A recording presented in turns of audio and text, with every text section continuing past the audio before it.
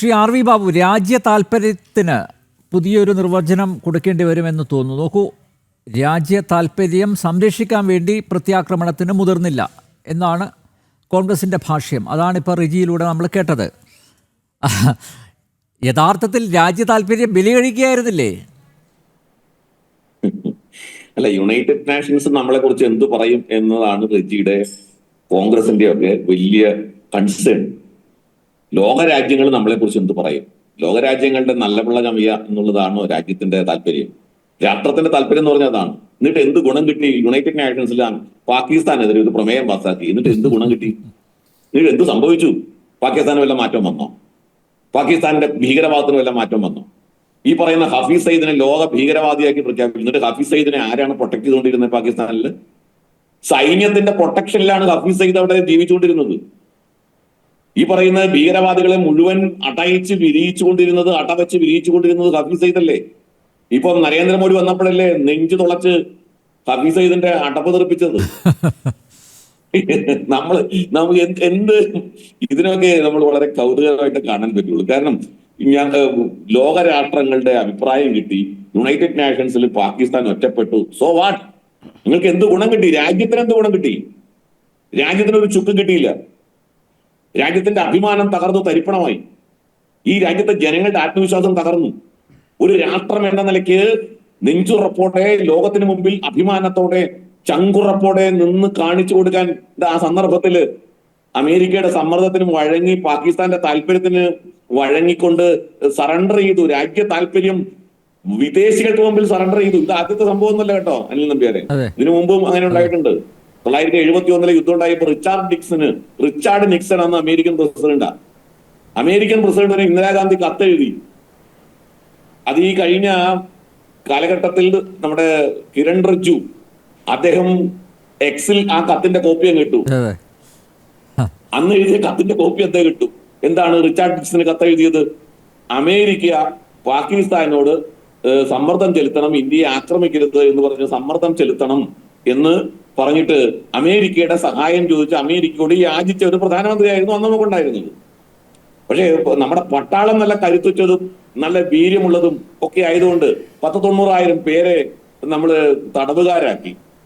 എന്നിട്ടോ ബംഗ്ലാദേശ് എന്നുള്ളൊരു രാജ്യം ഉണ്ടാക്കി അതൊക്കെ ചെയ്തു. എന്നിട്ട് എന്ത് സംഭവിച്ചു? ആ 90,000-ഓളം പട്ടാളക്കാരെ അങ്ങ് വെറുതെ വിട്ടു. നിരുപാധികം വിട്ടയച്ചു. പക്ഷേ നമ്മൾ മറക്കരുത്, നമ്മുടെ 26 സൈനികര് അപ്പോഴും അവരുടെ കയ്യിലായിരുന്നു. അവരെവിടെ? ഇന്നും അത് ദുരൂഹമാണ്. ആ 26 പേര് എവിടെ എന്നുള്ളത് കണ്ടെത്തിയിട്ടില്ല. ആ 26 സൈനികർക്ക് എന്ത് സംഭവിച്ചു എന്നുള്ളത് ഇപ്പൊ ഇവിടെ ബ്രിഗേഡിയർ എൻ ബാലൻസാറൊക്കെ ഇരിപ്പുണ്ടല്ലോ, ചോദിക്കണം.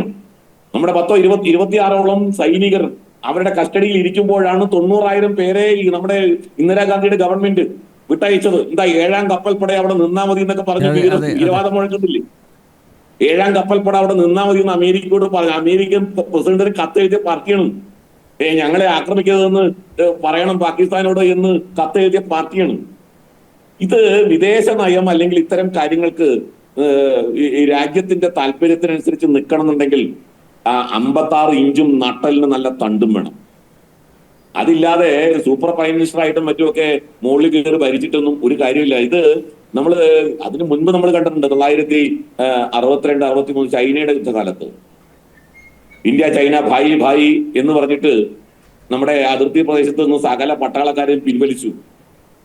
എന്തുണ്ടായി? ചൈന കയറി ആക്രമിച്ചു. നമ്മുടെ 10,000-കണക്കിന് ചതുരശ്ര കിലോമീറ്റർ ഭൂമി നമുക്ക് നഷ്ടപ്പെടുത്തി. അതാരുടെ കാലത്താ? അത് നെഹ്റുവിന്റെ കാലത്താ. അതേ നെഹ്റുവാണ് നമുക്ക് സെക്യൂരിറ്റി കൗൺസിലില് അംഗമാകാൻ അവസരം കിട്ടിയപ്പോൾ അത് ഞങ്ങൾക്ക് വേണ്ട, അത് ചൈനയ്ക്ക് കൊടുത്താൽ മതി എന്ന് പറഞ്ഞ് ദാനമായിട്ട് കൊടുത്തത് ഇതേ നെഹ്റു തന്നെയാ. അപ്പോ നമ്മുടെ രാജ്യത്തിന്റെ താല്പര്യങ്ങൾ എപ്പോഴൊക്കെയാണോ ബലി കഴിച്ചത് അപ്പോഴൊക്കെ കോൺഗ്രസ് അധികാരത്തിലുണ്ടായിരുന്നു. രാജ്യത്തിന്റെ താല്പര്യം ഇപ്പൊ ഇവിടെ പറഞ്ഞു ഞങ്ങൾ 6 സർജിക്കൽ സ്ട്രൈക്ക് നടത്തിയെന്നാണ്. ആരും അറിഞ്ഞില്ല, പട്ടാളം പോലും അറിയാതെ നടത്തിയ സർജിക്കൽ സ്ട്രൈക്കാണത്. പട്ടാളത്തിന്റെ ഒരൊറ്റയാളും അത് ചെയ്തിട്ടില്ല, അത് സബ്സ്റ്റാൻഷിയേറ്റ് ചെയ്തിട്ടില്ല.